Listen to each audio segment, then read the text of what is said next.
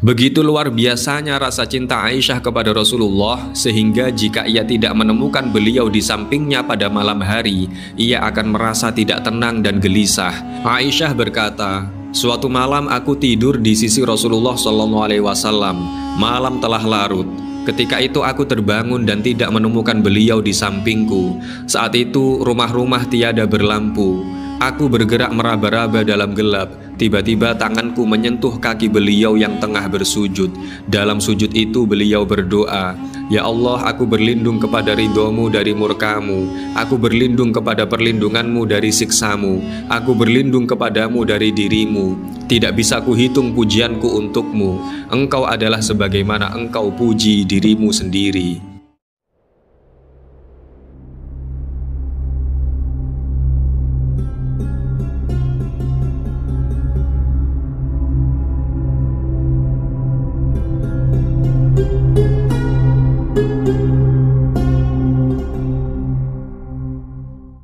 Assalamualaikum warahmatullahi wabarakatuh. Sahabat-sahabat muslim yang dirahmati Allah subhanahu wa ta'ala. Sayyidah Aisyah terkenal dengan nama Aisyah dan dijuluki As-Siddiqah, wanita yang benar dan lurus. Ia juga dipanggil Ummul Mukminin. Ayah Aisyah adalah Abu Bakar As-Siddiq. Nama aslinya adalah Abdullah, sedangkan ibunya bernama Ummu Rumman. Dari pihak ayah maupun ibunya, Aisyah termasuk suku Quraisy Bani Taim dari Abu Bakar dan Bani Kinanah dari Ummu Rumman. Nasab Aisyah dari ayahnya adalah sebagai berikut: Aisyah binti Abu Bakar As-Siddiq bin Abu Quhafah, Utsman bin Amir bin Omar bin Ka'ab bin Sa'ad bin Taim bin Murrah bin Ka'ab bin Lu'ay bin Fihr bin Malik. Sedangkan dari ibunya, nasab Aisyah adalah sebagai berikut: Aisyah binti Ummu Rumman binti Amir bin Uwaimir bin Abdus Syamsi bin Itab bin Uzainah bin Sabi bin Wahban bin Harith bin Ghanam bin Malik bin Kinanah.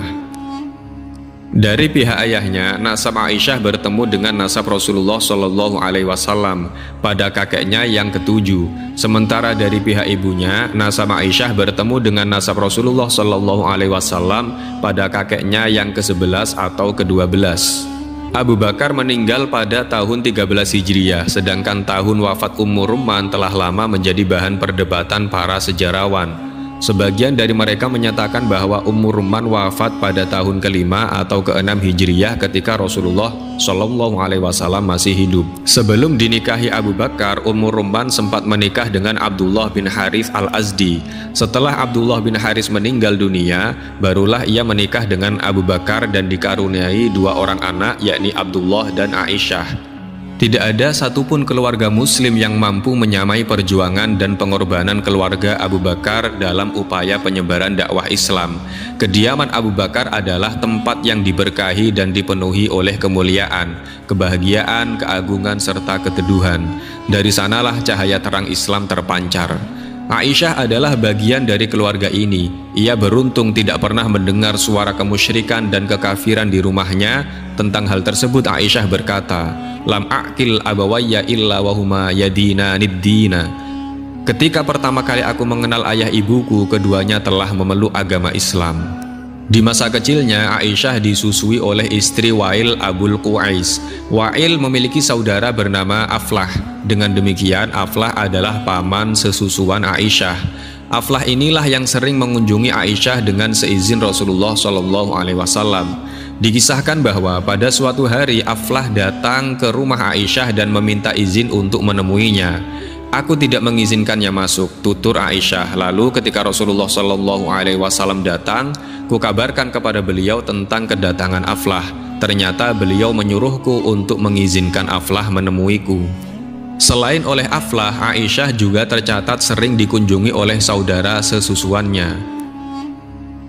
Orang-orang yang jenius biasanya telah menampakkan tanda-tanda kejeniusan mereka sejak kecil, baik dalam perkataan maupun dalam sikap. Masa kecil mereka seakan-akan meramalkan masa depan yang cemerlang, sebuah masa ketika mereka akan melahirkan prestasi-prestasi besar. Demikian pula Aisyah radhiyallahu anha, Tanda-tanda kemuliaan, keagungan, dan kebahagiaan telah tampak pada gerakan serta tingkah lakunya di masa kecil. Tetapi Aisyah kecil tetaplah seorang bocah yang tidak bisa lepas dari dorongan-dorongan naluriahnya. Ia sangat suka bermain. Teman-teman sepermainannya biasa mendatangi rumahnya dan bermain di sana bersama-sama. Meski demikian, Aisyah tetap menjaga etika saat Rasulullah SAW menemuinya. Seringkali terjadi ketika Aisyah sedang asik bermain bersama teman-temannya, Rasulullah SAW datang secara tiba-tiba saat itu. Aisyah segera menyembunyikan bonekanya sementara teman-temannya menyingkir dan pergi. Tetapi Rasulullah SAW adalah orang yang mencintai dan menyayangi anak-anak kecil. Beliau justru memanggil teman-teman Aisyah dan menyuruh mereka untuk terus bermain bersamanya. Kisah di atas disebutkan oleh Aisyah sendiri. Ia berkata, "Wa kanat ta'tini sawahibi fakunna yang qami'na min Rasulillah sallallahu alaihi wasallam fakana Rasulullah sallallahu alaihi wasallam yusarribuhunna ilayya." Aku biasa bermain bersama teman-temanku. Ketika Rasulullah sallallahu alaihi wasallam datang, mereka segera bersembunyi, tetapi beliau justru memerintahkan mereka untuk terus bermain bersamaku. Mainan yang paling disukai Aisyah adalah boneka dan ayunan. Suatu hari Rasulullah SAW mendatangi Aisyah ketika ia tengah asyik bermain boneka. Di antara boneka-boneka itu terdapat boneka kuda yang memiliki dua sayap, satu di kanan dan satu di kiri. Melihat boneka tersebut, Rasulullah SAW bertanya, "Apa ini wahai Aisyah?" "Kuda," jawab Aisyah. "Adakah kuda yang memiliki dua sayap?" tanya Rasulullah SAW. "Bukankah kuda Sulaiman memiliki banyak sayap?" Rasulullah pun tertawa mendengar jawaban Aisyah yang spontan itu. Dari jawaban Aisyah tersebut terlihat dengan jelas kecerdasan, kepolosan, serta pengetahuannya yang luas tentang persoalan-persoalan agama. Aisyah bukanlah anak kecil biasa. Ia mengingat dengan baik apa yang terjadi di masa kecilnya, termasuk hadis-hadis yang didengarnya dari Rasulullah SAW. Ia memahami hadis-hadis tersebut, meriwayatkannya, menarik kesimpulan darinya, serta memberikan penjelasan tentang detail-detail hukum fikih yang terkandung di dalamnya. Ia juga sering menjelaskan hikmah-hikmah dari peristiwa yang dialaminya di masa kecil. Aisyah bahkan mampu mengingat dengan baik ayat Al-Quran yang didengarnya ketika sedang asyik bermain. Ia berkata, "Laqad unzila ala Muhammadin sallallahu alaihi wasallam bi Makkata wa inni la jariyatun al'abu balis sa'atu mu'iduhum was sa'atu adha wa amarru." Ketika aku masih kecil dan suka bermain, Rasulullah SAW menerima ayat berikut ini di Mekah. Bahkan hari kiamat itulah hari yang dijanjikan kepada mereka, dan hari kiamat itu lebih dahsyat dan lebih pahit. Ketika Rasulullah SAW berhijrah ke Madinah, Aisyah baru berusia 8 tahun. Tetapi ia mampu mengingat dan memahami rahasia-rahasia hijrah secara terperinci hingga bagian-bagian terkecilnya. Bahkan tidak ada satupun sahabat yang bisa mengingat peristiwa hijrah sedetail Aisyah mengingatnya.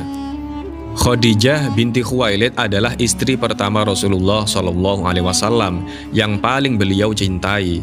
Saat pernikahan keduanya berlangsung, Rasulullah SAW berusia 25 tahun dan Khadijah berusia 40 tahun. Sepasang suami istri ini hidup berbahagia selama kurang lebih 25 tahun hingga akhirnya Khadijah meninggal dunia pada usianya yang ke-65. Yaitu bertepatan pada bulan Ramadan tahun 10 kenabian atau 3 tahun sebelum hijrah. Ketika Khadijah wafat, Rasulullah SAW telah berusia 50 tahun. Khadijah adalah orang yang pertama di muka bumi ini yang beriman dan memeluk Islam.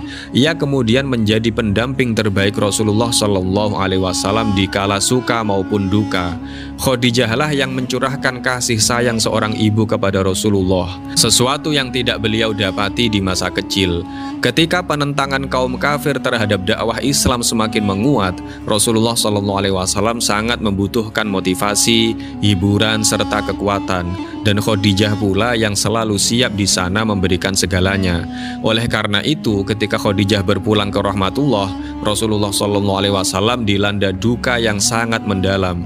Tidak pernah beliau bersedih atas kematian seseorang melebihi kesedihan beliau tatkala Khadijah meninggal dunia. Tidak pernah pula Rasulullah SAW mengenang seseorang melebihi apa yang beliau kenang dari Khadijah. Beliau menjadi murung dan kehilangan gairah hidup. Hal itu tentu merisaukan para sahabat. Mereka turut prihatin melihat Rasulullah SAW tenggelam dalam rasa duka. Mereka pun berupaya untuk meringankan beban duka tersebut. Suatu hari, Khawlah binti Hakim, seorang sahabat terkemuka yang meninggal dunia pada tahun 2 Hijriah, mendatangi Rasulullah SAW dan bertanya, "Wahai Rasulullah, tidakkah engkau ingin menikah lagi?" "Dengan siapa?" tanya Rasulullah. "Perempuan seperti apa yang engkau kehendaki, gadis ataukah janda?" Rasulullah balik bertanya, "Siapakah yang gadis dan siapa pula yang janda?" "Jika engkau menghendaki seorang janda, maka menikahlah dengan Saudah binti Zam'ah.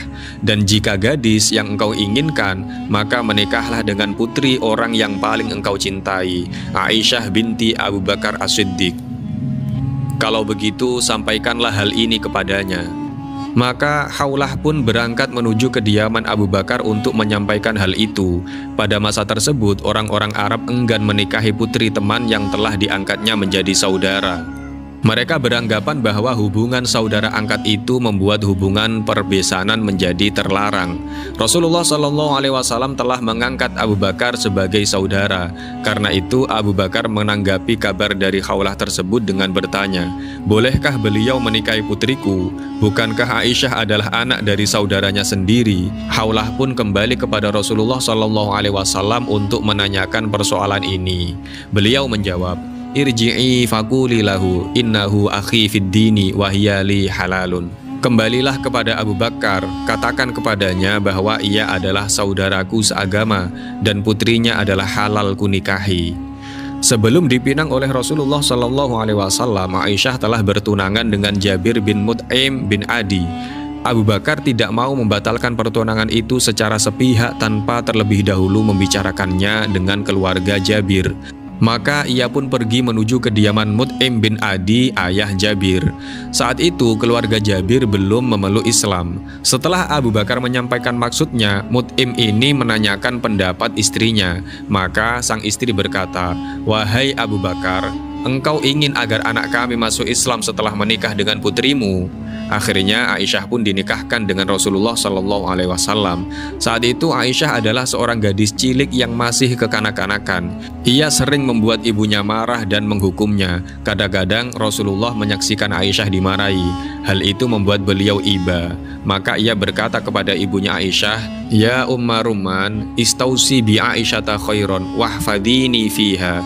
Wahai Ummu Rumman, perlakukanlah Aisyah dengan baik, jagalah ia untukku. Suatu hari Rasulullah SAW mendatangi kediaman Abu Bakar. Beliau melihat Aisyah berdiri di pintu sambil menangis. Beliau lalu bertanya kepadanya mengapa ia menangis. Aisyah mengatakan bahwa ibunya memarahi dan menghukumnya. Mendengar itu, meneteslah air mata Rasulullah SAW. Beliau segera mendatangi Ummu Rumman dan berkata, "Wahai Ummu Rumman, bukankah aku telah memintamu menjaga Aisyah untukku?" "Wahai Rasulullah," jawab Ummu Rumman, "Aisyah mengadukan sesuatu yang membuat Abu Bakar marah kepada kami." Rasulullah pun menjawab, "Janganlah ia dihukum meski ia melakukan hal itu." Dalam beberapa hadis dikisahkan bahwa Rasulullah SAW pernah bermimpi didatangi oleh malaikat yang membawa secari kain sutra. Rasulullah bertanya, "Kain apakah ini?" Malaikat menjawab, "Inilah istrimu." Maka Rasulullah SAW membuka kain tersebut dan ternyata gambar Aisyah tercetak di atasnya. Aisyah kemudian dinikahi oleh Rasulullah SAW ketika ia masih berusia 6 tahun. Tujuan paling mendasar dari pernikahan ini adalah mengukuhkan hubungan antara kekhalifahan dan kenabian. Cuaca Arab yang panas memang membuat perkembangan fisik wanita berlangsung dengan cepat. Tetapi di sisi lain, pribadi-pribadi cemerlang yang memiliki bakat dan potensi tinggi untuk mengembangkan kemampuan intelektual mereka biasanya juga cenderung untuk mencapai kematangan fisik lebih cepat daripada orang-orang biasa. Keputusan Rasulullah SAW untuk menikahi Aisyah pada usianya yang sangat dini itu menunjukkan bahwa kecerdasan, kematangan, dan kedewasaan berpikir Aisyah memang mencapai sebuah tingkat yang mengagumkan. Pernikahan itu sendiri berlangsung secara sederhana. Ummu Atiyah mengisahkan dengan sangat indah. Rasulullah SAW datang meminang Aisyah binti Abu Bakar yang masih anak-anak. Saat itu Aisyah sedang bermain. Tiba-tiba pengasuhnya datang, memegang tangan Aisyah lalu mengajaknya pulang. Sebelum dinikahkan, Aisyah terlebih dahulu didandani dan diberi hijab. Setelah itu barulah Abu Bakar menikahkannya dengan Rasulullah SAW. Dalam riwayat Ibnu Ishaq, mahar yang diberikan Rasulullah SAW adalah 400 dirham. Ada riwayat lain yang berasal dari Ibnu Sa'ad sendiri bahwa Aisyah berkata, mahar yang diberikan Rasulullah SAW adalah 12 fiqiyah dan 1 nasyi atau setara dengan 500 dirham. 1 uqiyah setara dengan 40 dirham, sementara 1 nasyi setara dengan 20 dirham. Para sejarawan berbeda pendapat tentang tahun pernikahan Rasulullah SAW dengan Aisyah. Badruddin Al-Aini menuturkan, Rasulullah SAW menikahi Aisyah 2 tahun sebelum hijrah. Ada pula pendapat yang menyatakan bahwa pernikahan tersebut berlangsung pada bulan Syawal, 3 tahun atau setahun setengah sebelum hijrah. Usia Aisyah saat itu adalah 6 tahun. Ada pula yang mengatakan 7 tahun. Rasulullah SAW dan Aisyah mulai hidup bersama pada bulan Syawal, tahun kedua Hijriyah setelah Perang Badar. Menurut beberapa riwayat, pernikahan Rasulullah SAW dengan Aisyah berlangsung 3 tahun setelah Khadijah wafat. Namun beberapa sejarawan menyatakan bahwa pernikahan itu terjadi pada tahun yang sama dengan tahun wafatnya Khadijah. Setelah menikah dengan Rasulullah SAW, Aisyah radhiyallahu anha tetap tinggal di kediaman keluarganya selama 3 tahun. Sebagaimana yang kita tahu bahwa umat Islam melakukan hijrah 2 kali, hijrah pertama ke Habasyah dan hijrah kedua ke Madinah. Aisyah mengikuti peristiwa hijrah ini dengan teliti. Dalam sebuah riwayat, Aisyah mengisahkan bagaimana Abu Bakar mengalami intimidasi yang keras di Mekah sehingga ia memutuskan untuk berhijrah ke Habasyah. Abu Bakar pun keluar meninggalkan kota Mekah. Sesampainya di Barkul Ghimat, ia bertemu dengan Ibnu Daghinah, penguasa wilayah tersebut. Ibnu Daghinah bertanya, "Hendak kemanakah engkau wahai Abu Bakar?" "Kaumku mengusirku, aku ingin mengembara agar bisa beribadah kepada Tuhanku dengan tenang." Mendengar jawaban itu, Ibnu Daghinah berkata, "Orang sepertimu tidak layak keluar maupun dikeluarkan dari kampung halamanmu sendiri. Engkau menafkahi orang miskin, menyambung tali silaturahim, membantu orang-orang lemah, menjamu para tamu, serta menolong orang-orang yang tertimpa musibah. Kembalilah, engkau berada dalam perlindunganku." Ibnu Daghinah memasuki kota Mekah bersama Abu Bakar, lalu ia berkeliling menemui para pembesar Quraisy dan berkata kepada mereka, "Orang seperti Abu Bakar tidak layak keluar maupun terusir dari kota ini." Besar kemungkinan bahwa Aisyah beserta keluarganya juga turut serta bersama Abu Bakar dalam perjalanan meninggalkan kota Mekah itu. Peristiwa hijrah kedua, yakni hijrah ke Madinah, terjadi beberapa saat setelah hijrah pertama. Saat itu, intimidasi yang dirasakan umat Islam di Mekah semakin tidak tertahankan. Dunia seakan menjadi sempit. Beragam cemoohan dan siksaan dilancarkan oleh kaum kafir Quraisy. Rasulullah pun berniat melakukan hijrah ke Madinah. Aisyah tinggal bersama keluarganya di perkampungan Bani Harith bin Khazraj selama kurang lebih 7 atau 8 bulan. Madinah saat itu iklimnya tidak bersahabat bagi kaum muhajirin. Beberapa orang dari mereka menderita sakit. Demikian pula Abu Bakar, ia terkena demam. Dalam keadaan seperti itu, Aisyah selalu mengunjungi dan menanyakan kabar ayahnya. Aisyah menuturkan, setelah Rasulullah SAW tiba di Madinah, Abu Bakar dan Bilal terserang penyakit. Aku mengunjungi keduanya. Aku berkata, "Wahai ayahku, bagaimana keadaanmu?" Dalam keadaan menderita demam, Abu Bakar masih sempat menggubah syair. Setiap orang selalu disambut dengan doa di pagi hari oleh keluarganya, padahal maut lebih dekat kepadanya daripada tali sandalnya. Aisyah mendatangi Rasulullah SAW dan mengabarkan hal itu. Maka beliau berdoa, Allahumma habib ilainal madinata kahubbina makkata aw ashadda. Allahumma wasahhihha wa barik lana fi sa'iha wa muddiha wangkul hummaha faj'alha bil juhfah. Ya Allah, jadikanlah kami mencintai Madinah sebagaimana kami mencintai Mekah atau bahkan lebih. Ya Allah, jadikanlah Madinah layak untuk kami tinggali. Berkahi kami dalam setiap mud dan soknya. Hilangkanlah penyakit demam dari kota ini dan pindahkanlah ia ke Juhfah.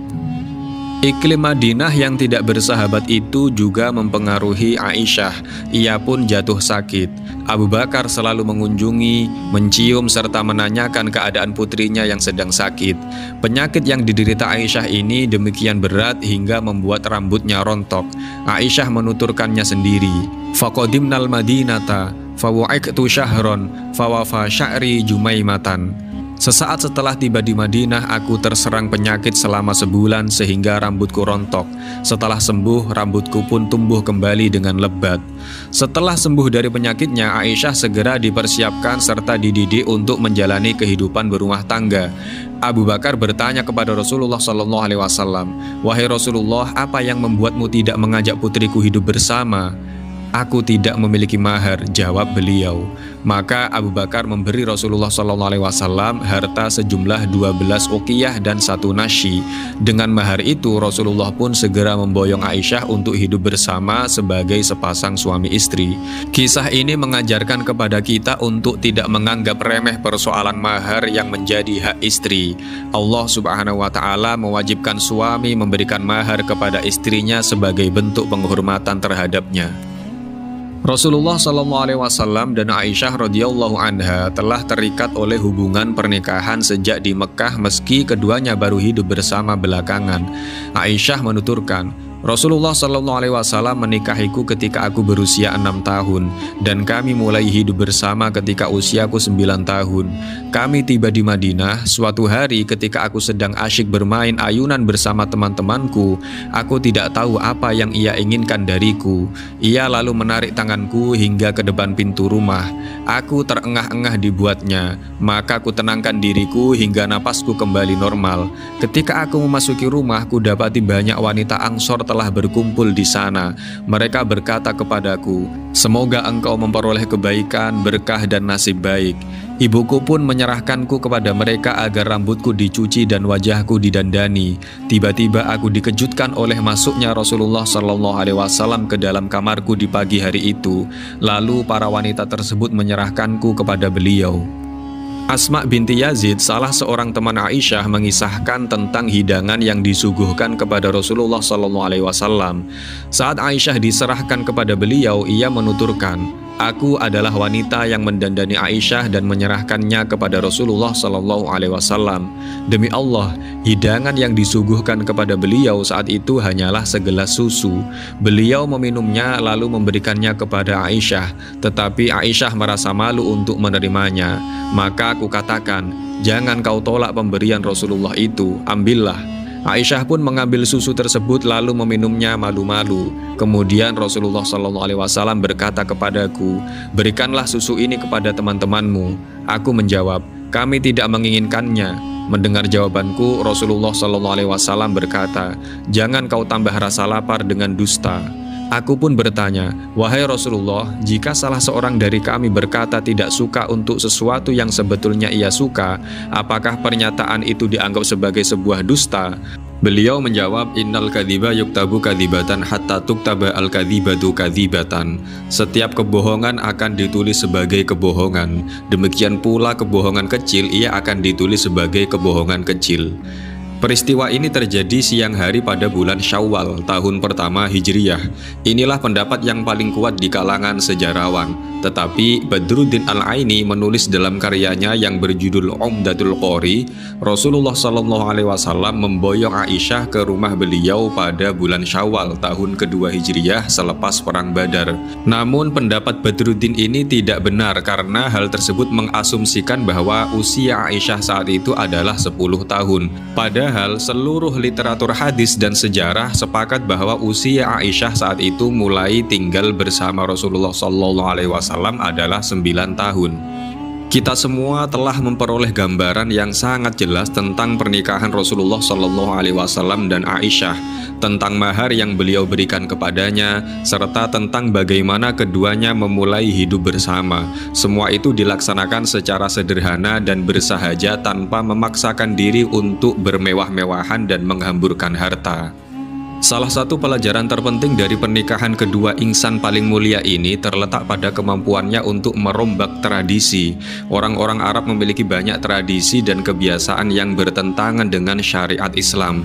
Pernikahan Rasulullah SAW itu kemudian menghapuskan tradisi-tradisi buruk tersebut dan menggantinya dengan tradisi lain yang lebih baik, lebih mudah dan lebih terbuka. Salah satu tradisi buruk tersebut adalah bangsa Arab tidak mau menikah atau menikahkan putri mereka di bulan Syawal. Mereka terpengaruh oleh mitos bahwa penyakit sampar akan mewabah pada awal bulan Syawal. Rasulullah SAW berniat untuk menghilangkan kepercayaan yang tidak berdasar ini. Aisyah sendiri menganjurkan kepada keluarganya untuk melangsungkan pernikahan di bulan Syawal.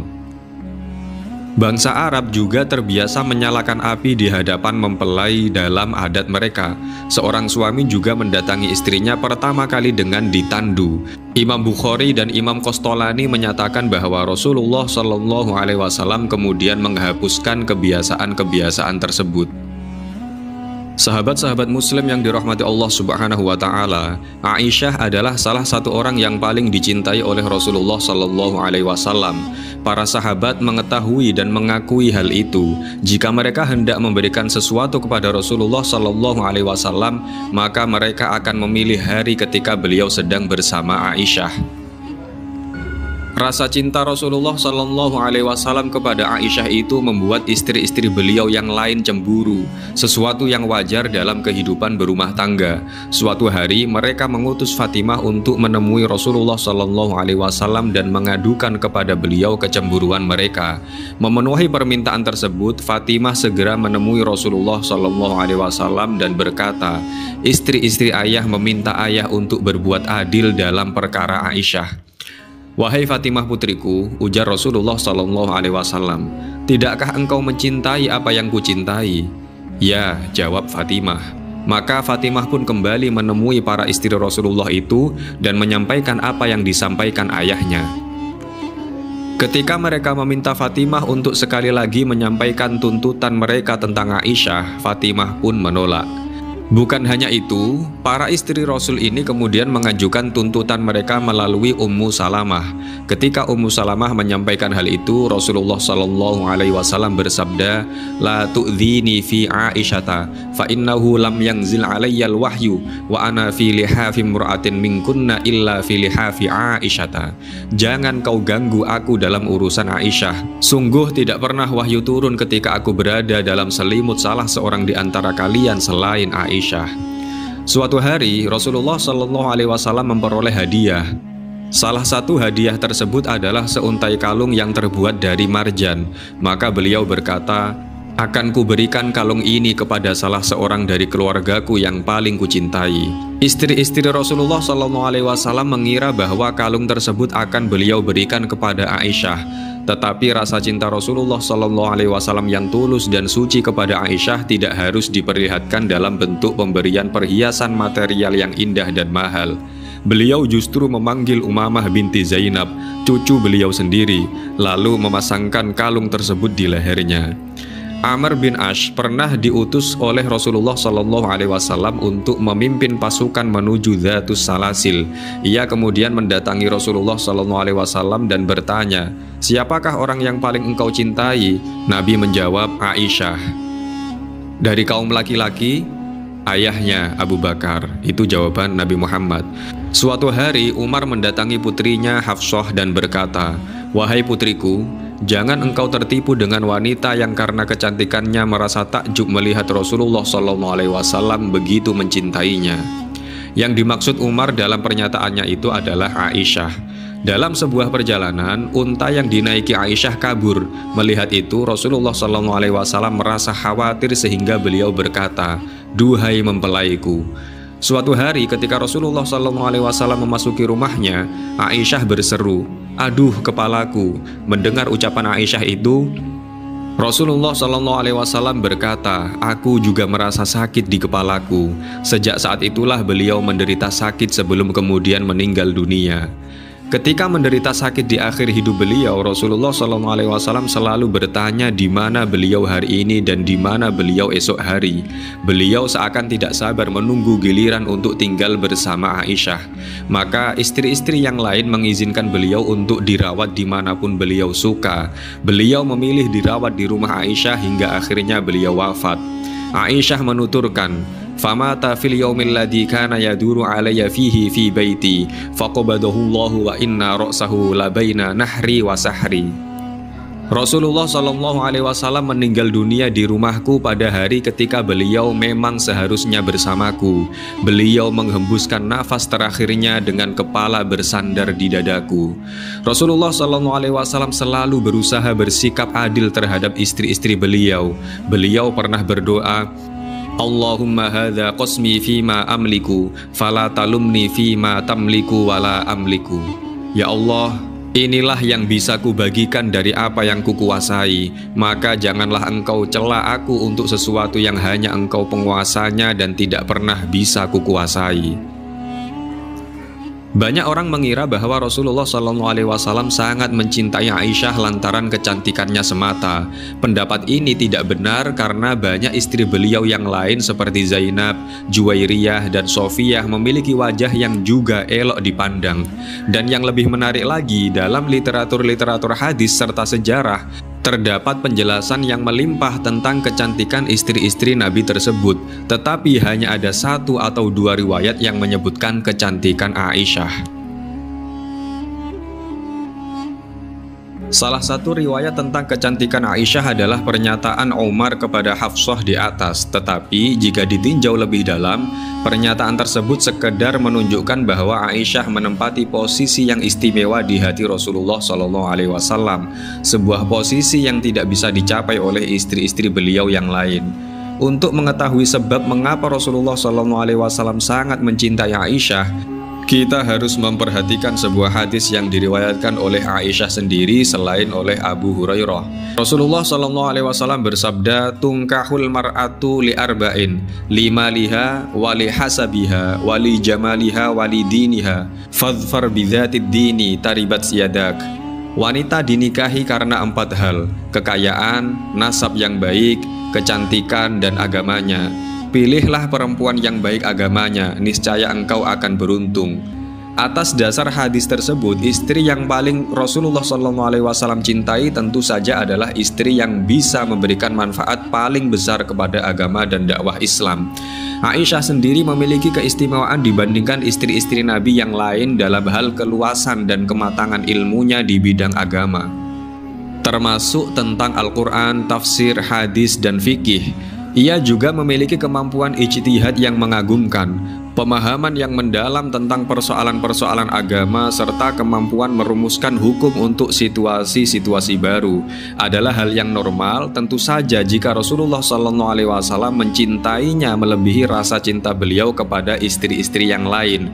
Dalam sebuah hadis yang diriwayatkan dari Abu Musa al-Ash'ari, Rasulullah SAW bersabda, "Banyak laki-laki yang sanggup mencapai kesempurnaan, tetapi hanya ada beberapa wanita yang bisa mencapai hal yang sama, yaitu Maryam binti Imran dan Asiyah istri Fir'aun. Sungguh keutamaan Aisyah dibandingkan wanita-wanita lain sama seperti keutamaan bubur dibandingkan seluruh makanan lainnya." Hadis ini merupakan bukti terbaik yang menggambarkan motif Rasulullah SAW dalam mencintai dan memuliakan Aisyah. Motif itu tidak terletak pada keindahan dan kecantikan fisik, melainkan pada kesempurnaan dan kemuliaan batin. Istri Rasulullah SAW yang kesempurnaan batinnya mendekati Aisyah adalah Ummu Salamah. Karena itu Rasulullah SAW sangat mencintai Ummu Salamah meski usianya relatif tua. Begitu juga Khadijah yang meninggal dunia pada usia 60 tahun. Beberapa riwayat menyebutkan bahwa Rasulullah SAW selalu teringat kepadanya sehingga Aisyah merasa cemburu. Meski Rasulullah SAW adalah lelaki yang sangat penyabar, namun kecemburuan Aisyah terhadap Khadijah itu kadang-kadang membuat beliau marah. Rasulullah SAW adalah suami tercinta Aisyah. Aisyah tidak hanya mencintai Rasulullah SAW, ia juga selalu merindukan dan mengagumi beliau sepenuh hati. Cinta Aisyah kepada Rasulullah SAW adalah cinta seorang wanita muslim kepada nabinya, cinta seorang istri kepada suaminya, serta cinta seorang wanita kepada seorang lelaki. Aisyah mengagumi kegagahan Rasulullah SAW sebagaimana ia mengagumi perilaku dan kepribadian beliau. Aisyah selalu bersedih jika ada orang lain yang mengaku mencintai Rasulullah SAW sebagaimana ia mencintai beliau. Meski dilanda oleh rasa cemburu, istri-istri Rasulullah SAW yang lain mengakui bahwa Aisyah layak memperoleh cinta beliau. Mereka sadar bahwa pengetahuan Aisyah tentang rahasia-rahasia Nabi jauh lebih kuat dan lebih mendalam dibandingkan dengan pengetahuan mereka. Tidak ada seorang pun di antara mereka yang jiwanya terpaut kepada Rasulullah SAW melebihi keterpautan jiwa Aisyah kepada beliau. Tidak ada pula yang mampu memahami makna-makna ajaran beliau melebihi Aisyah. Lebih dari itu, keeratan hubungan batin secara spiritual antara Rasulullah dan Aisyah melebihi keeratan hubungan beliau dengan istri-istri yang lain.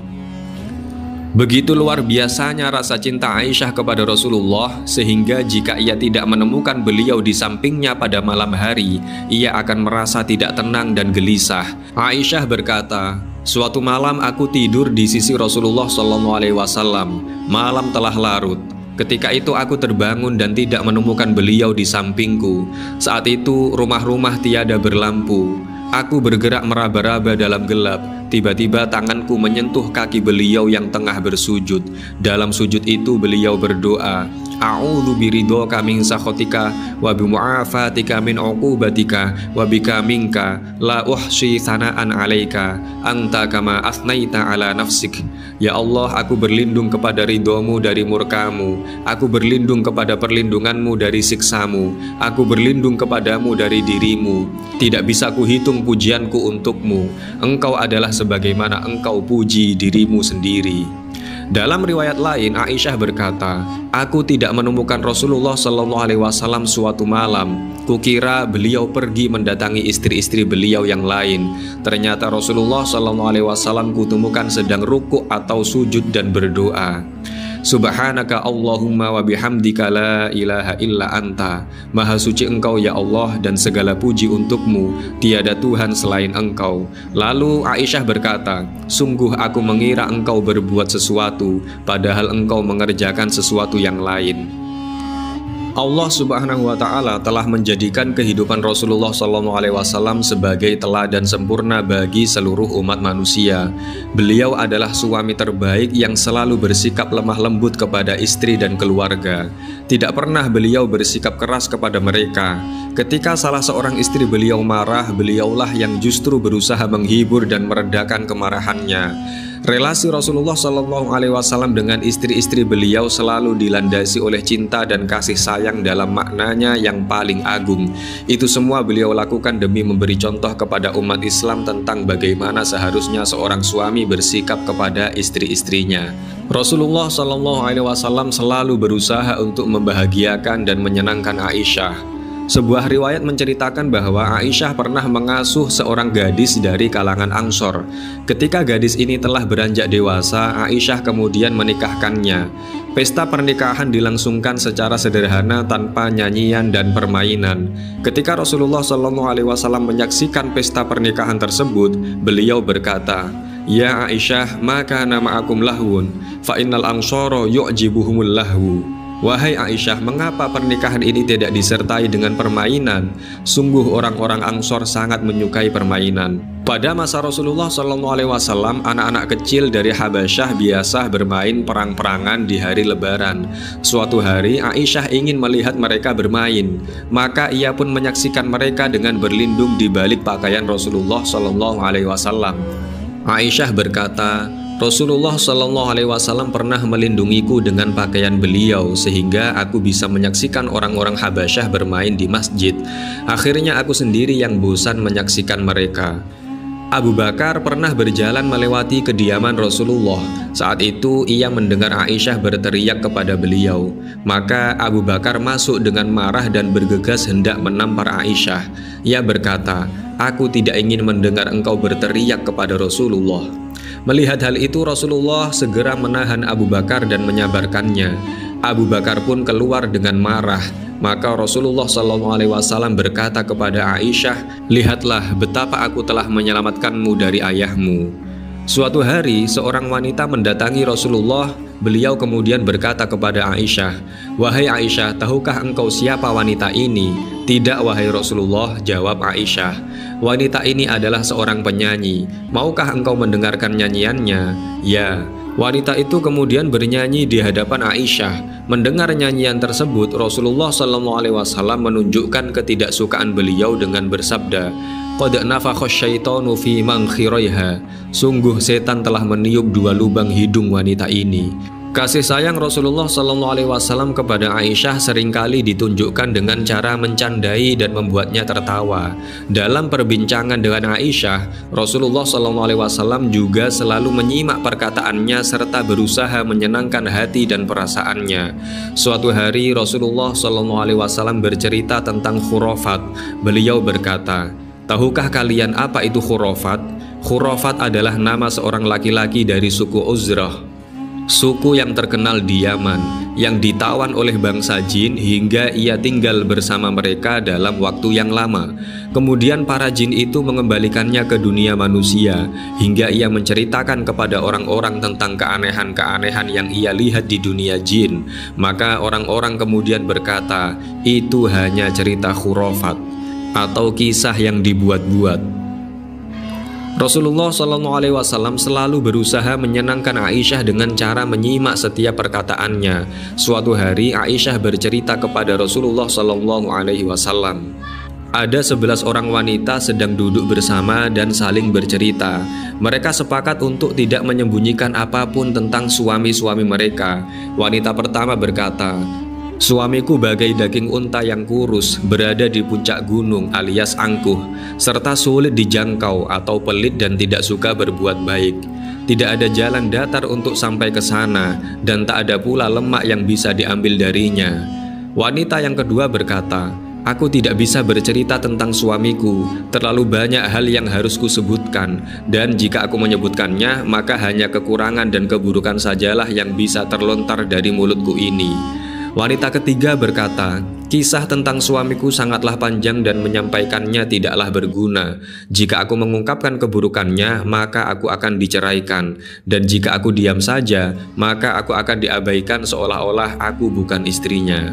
Wanita keempat berkata, "Suamiku bagai suasana malam di Tihamah, dataran rendah di antara pantai dan gunung. Tidak panas dan tidak pula dingin, tidak menakutkan dan tidak pula membosankan." Wanita kelima berkata, "Di dalam rumah suamiku tidur dan lalai bagaikan macan. Di luar rumah suamiku gagah berani bagaikan singa. Tak pernah ia bertanya tentang apapun yang telah ia berikan." Wanita keenam berkata, "Suamiku selalu menghabiskan makanan dan minuman tanpa sisa. Ia tidur dengan mengenakan bajunya. Tak pernah sekalipun ia memberikan perhatian untuk mengetahui keadaan atau kesedihan istrinya." Wanita ketujuh berkata, "Suamiku impoten dan idiot. Setiap penyakit manusia ada pada dirinya. Ia dapat melukai kepalamu atau mematahkan tulangmu, atau bahkan kedua-duanya." Wanita kedelapan berkata, "Sentuhan suamiku selembut sentuhan kelinci. Aroma tubuhnya seharum zarnab, jenis wewangian terkenal." Wanita kesembilan berkata, "Suamiku bagai tiang yang tinggi. Banyak abu sisa memasak di rumahnya. Ia memiliki tali pedang yang panjang. Rumahnya pun berdekatan dengan tempat orang-orang berkumpul." Wanita ke-10 berkata, suamiku adalah penguasa. Penguasa seperti apa? Penguasa yang lebih baik daripada apa yang bisa kuceritakan. Ia memiliki unta-unta yang banyak di tempat-tempat di mana binatang tersebut mendekam. Hanya sedikit unta-unta yang dilepas untuk merumput. Jika unta-unta itu mendengar alat musik berbunyi, maka mereka tahu bahwa sebentar lagi mereka akan disembelih untuk dihidangkan kepada para tamu. Wanita ke-11 berkata, suamiku adalah Abu Zar'in. Siapakah dia? Yaitu orang yang memberikan perhiasan kepada kedua telingaku, menjadikanku gemuk dan membuatku senang. Dari keluarga penggembala kambing di sudut gunung, ia mengangkatku menjadi bagian dari keluarga pemilik kuda dan unta, keluarga pemilik tanah yang tinggal menikmati hasil panen. Setiap kali aku berbicara kepadanya, ia tidak pernah mengejekku. Tidurku pun tak pernah terganggu. Aku bisa minum sampai puas dan kenyang. Kemudian ibu mertuaku, Ummu Abi Zar'in, bagaimanakah ia? Ia memiliki peralatan rumah tangga yang banyak serta rumah yang lapang. Lalu anak laki-laki kami, Ibu Abi Zar'in, bagaimanakah ia? Ia adalah anak laki-laki yang ramping bagaikan tangkai kurma terjulur dan akan merasa kenyang hanya dengan memakan sepotong kaki kambing. Kemudian anak perempuan kami, bintu Abi Zar'in, bagaimanakah ia? Ia adalah anak perempuan yang selalu mematuhi kedua orang tuanya, padahal berisi tubuhnya, serta selalu membuat iri teman-temannya karena keelokan wajah dan kebaikan budi pekertinya. Lalu pelayan rumah kami, Jariyah Abi Zar'in, bagaimanakah ia? Ia adalah pelayan yang pandai menyimpan rahasia, yang pandai menjaga amanat, yang tidak pernah membiarkan rumah kami kotor dan tidak terurus. Suatu hari Abu Zar'in, suamiku, keluar rumah. Saat itu adalah masa ketika susu diproduksi menjadi mentega. Ia bertemu dengan seorang wanita yang ditemani oleh dua orang anaknya yang lincah bagaikan dua ekor anak macan. Kedua anak itu bermain dengan dua butir buah delima di bawah punggung ibunya. Maka suamiku menceraikanku dan menikahi wanita tersebut.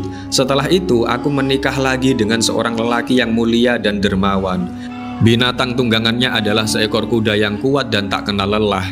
Ia memiliki tombak yang dibuat dari khot. Aku diajaknya untuk melihat binatang ternaknya yang banyak. Lalu ia memberiku dari setiap binatang tersebut sepasang-sepasang. Ia katakan kepadaku, makanlah wahai Ummu Zar'in, dan ambillah sebagai hadiah untuk keluargamu. Jika kugabungkan segala sesuatu yang pernah ia berikan kepadaku, maka semua itu tidak akan berarti apa-apa dibandingkan dengan bejana paling kecil yang dimiliki oleh Abu Zar'in. Mendengar kisah Aisyah tersebut, Rasulullah SAW kemudian berkata kepadanya, Kuntu laki ka Abi Zar'in li Ummi Zar'in. Aku bagimu sama seperti Abu Zar'in bagi Ummu Zar'in. Akan tetapi dalam keadaan asyik mengobrol dengan istri-istri beliau sekalipun, Rasulullah SAW selalu bersegera melaksanakan sholat jika azan berkumandang. Aisyah mengisahkan, karena yakunu fi mihnati ahlihi fa idza sami'al adana kharaja. Meski Rasulullah SAW sedang melayani keluarga beliau, ketika azan berkumandang, beliau pun akan segera keluar melaksanakan sholat. Dalam riwayat lain, Aisyah menuturkan, Rasulullah SAW berbincang-bincang dengan kami, tetapi ketika waktu sholat telah tiba, beliau seakan-akan tidak mengenal kami, dan kami pun seakan-akan tidak mengenal beliau. Rasulullah SAW dan Aisyah sering makan bersama di atas satu meja makan, bahkan dengan menggunakan satu piring. Aisyah radhiyallahu anha berkata, suatu hari aku makan bersama Rasulullah SAW. Tiba-tiba Umar melintas. Beliau pun memanggilnya untuk makan bersama kami. Kadang-kadang tanganku menyentuh jari beliau. Peristiwa di atas terjadi sebelum perintah hijab diturunkan. Kisah berikut ini menunjukkan kepada kita betapa Rasulullah SAW sangat mencintai Aisyah, bahkan dalam persoalan makanan. Aisyah radhiyallahu anha berkata, aku pernah memakan daging dalam keadaan haid, lalu aku memberikan daging yang telah kugigit itu kepada Rasulullah. Beliau kemudian menggigit daging itu persis di tempat aku menggigitnya. Pernah juga aku meminum minuman lalu memberikannya kepada Rasulullah SAW, dan beliau pun meletakkan mulut beliau di bekas tempat mulutku. Suatu malam Rasulullah SAW makan malam bersama Aisyah di kamarnya. Saat itu Saudah binti Zam'ah Aisyah masuk dan mengadukan kepada Rasulullah SAW bahwa Umar melarangnya keluar rumah meski ia memiliki keperluan yang mendesak. Pernah pula Rasulullah SAW dan Aisyah saling menarik sepotong daging yang sama karena terbatasnya penglihatan mereka dalam kondisi rumah yang gelap tanpa penerangan. Rasulullah SAW memiliki tetangga yang berasal dari Persia. Ia terkenal pandai memasak. Suatu hari tetangga ini memasak makanan dan mengundang Rasulullah SAW. Beliau mengajak Aisyah untuk mendatanginya, tetapi Aisyah enggan. Maka beliau pun menolak undangan makan tersebut. Tetangga ini kembali mendatangi beliau, tetapi beliau tetap menolak karena Aisyah enggan untuk ikut bersama beliau. Akhirnya setelah 3 kali diundang, Aisyah mau menerima undangan tersebut. Maka Rasulullah SAW dan Aisyah pun berangkat bersama-sama menuju rumah tetangga mereka itu. Rasulullah SAW menyukai kegiatan memanah dan pacuan kuda. Beliau menganjurkan dan mengajari para sahabat untuk melakukannya. Kadang-kadang Rasulullah SAW berlomba dengan Aisyah. Aisyah berkata, "Suatu hari aku melakukan perjalanan bersama Rasulullah SAW. Saat itu aku masih muda dan langsing. Beliau memerintahkan para sahabat untuk berjalan mendahului kami. Lalu kami pun berlomba lari dan aku mampu mengungguli beliau.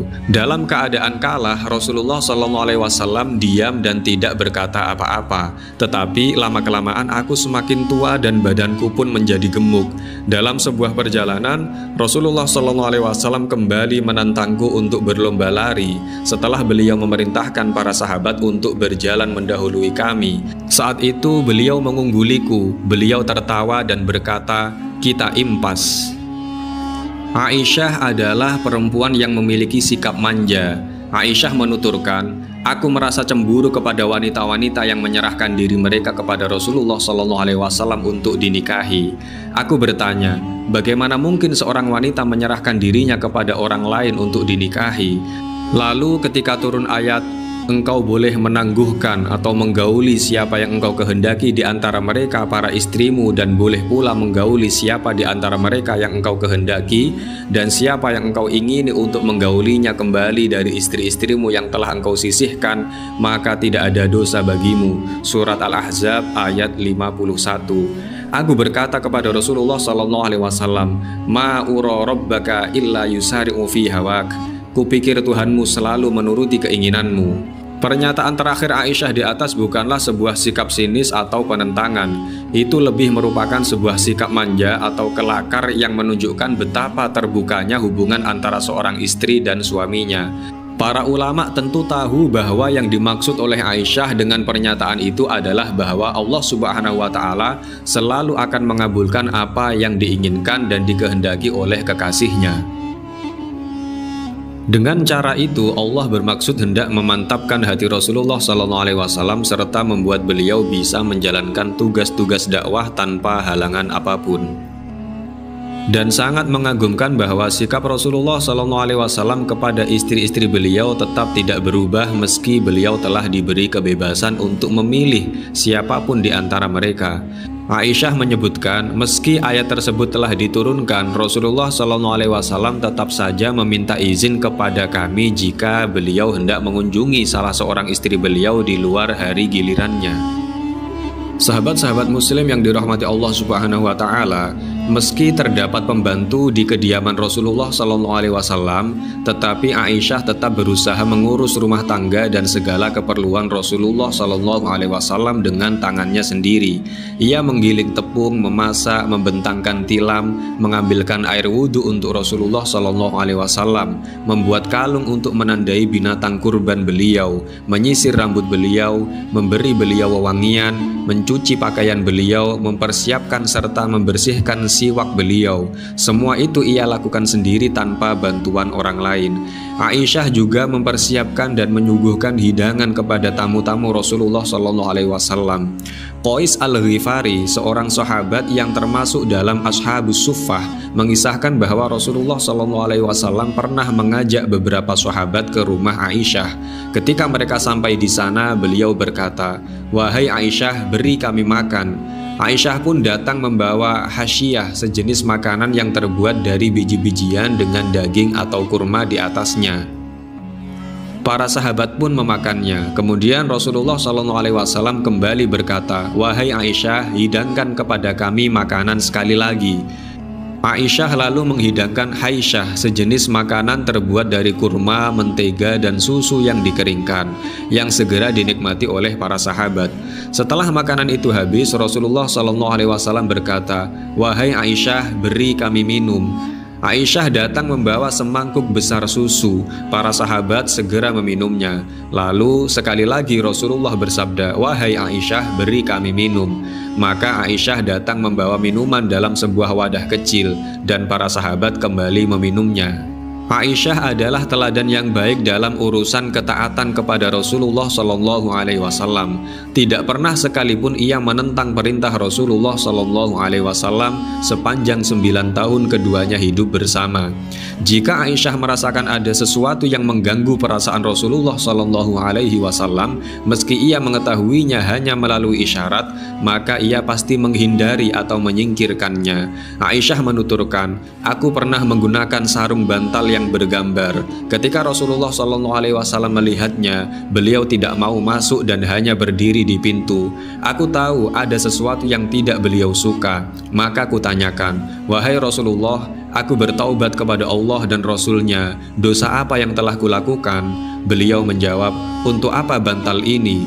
Kujawab, 'Agar engkau bisa duduk di atasnya.' Lalu Rasulullah SAW bersabda, 'Inna ashab hadhihi suwari yaumal qiyamati yu'adzabuna fayuqalu lahum ahyu ma khalaqtum wa qala innal baital ladzi fihi suwaru la tadkhuluhul malaikah.' Orang-orang yang menciptakan gambar-gambar seperti ini akan diazab di hari kiamat.